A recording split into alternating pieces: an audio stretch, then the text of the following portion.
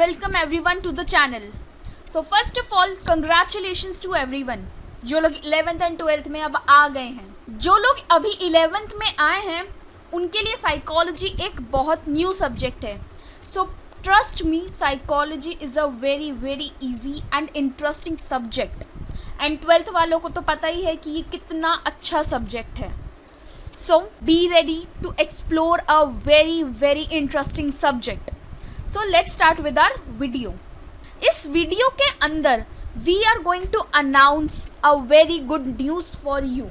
First of all, जैसा कि आप लोगों को पता है कि अब आपके exams objective type of questions में होंगे 11th and 12th दोनों के. अगर आपको इसका पूरा सिलेबस जानना है तो आई आइकन में दी गई वीडियो को आप लोग देख सकते हैं. आपको सारा सिलेबस क्लियर हो जाएगा. अब हम बात करते हैं उस बिग अनाउंसमेंट की. वो बिग अनाउंसमेंट ये है कि जो आपके MCQs टाइप ऑफ क्वेश्चंस आएंगे, हम उस क्वेश्चंस की एक सीरीज स्टार्ट करने वाले हैं जिसके अंदर हम हर एक चैप्टर के सेपरेटली सारे MCQs को पढ़ेंगे और समझेंगे.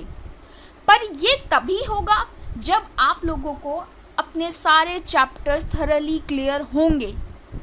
This is for both 11th and 12th. सो अब उस कॉन्सेप्ट क्लैरिटी के लिए, उस टॉपिक को अच्छे से समझने के लिए मैं आपको कुछ स्टेप्स बताऊंगी.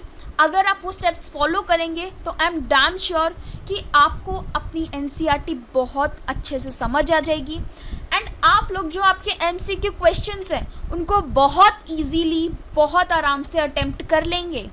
Okay, so let's start with our steps. So step number 1 is concept clarity. आपको जितने भी NCERT के टॉपिक्स हैं, जो भी आपके सिलेबस में टॉपिक्स हैं, वो सब बहुत अच्छे से क्लियर होने चाहिए. अब उस कॉन्सेप्ट को क्लियर करने के लिए क्या करें? अब इस कॉन्सेप्ट क्लैरिटी के लिए हमारे चैनल पे 11th and 12th की पूरी NCERT कंप्लीट है. पूरा एक्सप्लेनेशन उसके अंदर बहुत अच्छे से दिया गया है. आप उन वीडियोस को सुनिए, आपके जो भी कॉन्सेप्ट हैं वो क्लियर हो जाएंगे. उसके बाद हम आते हैं हमारे next step, that is NCERT. After listening the videos, अगर आप एक या दो बार अपनी NCERT को थरली अच्छे से लाइन बाय लाइन रीड कर लेंगे तो आपको NCERT के सारे टॉपिक्स बहुत अच्छे से क्लियर हो जाएंगे.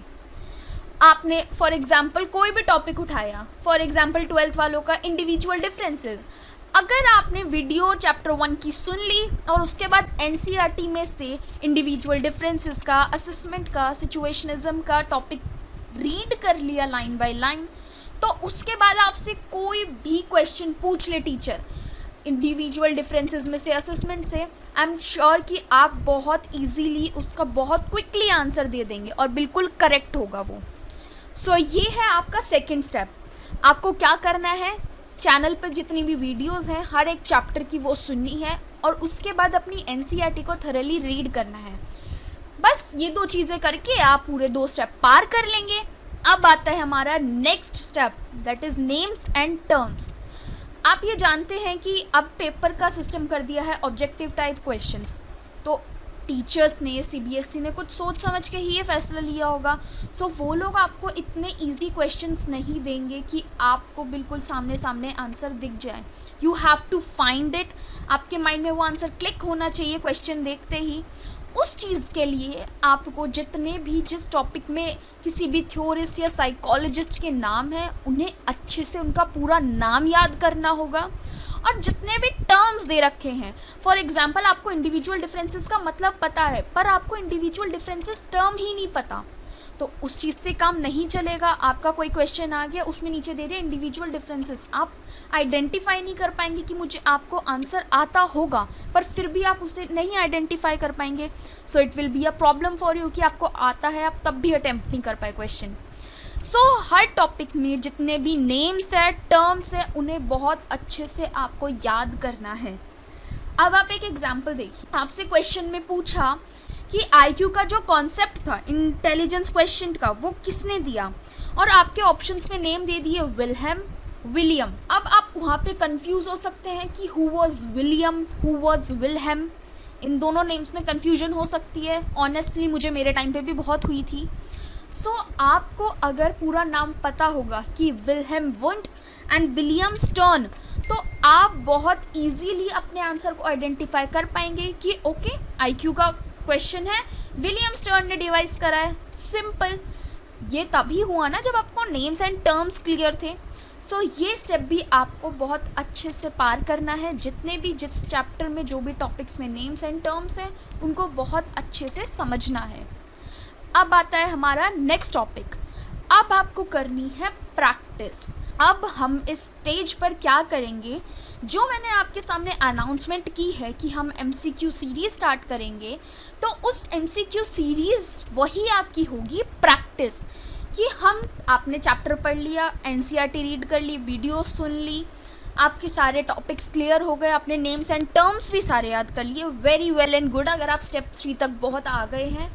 सो अब हम करेंगे practice. For practice we are going to start MCQ series. अब इसके अंदर अगर आप इसे एज अ सीरीज़ चाहते हैं तो आप कमेंट सेक्शन में लिखिए yes I want it as a series. So अगर इस वीडियो पे मुझे 15 कमेंट्स मिल गए कि yes I want it as a series, so we will go for it. So आपका ये 4th स्टेज भी हम लोग क्लियर कर लेंगे विद द प्रैक्टिस। अब हम आगे आते हैं रिपीट द साइकिल। अब आप सोचेंगे रिपीट द साइकिल क्या है।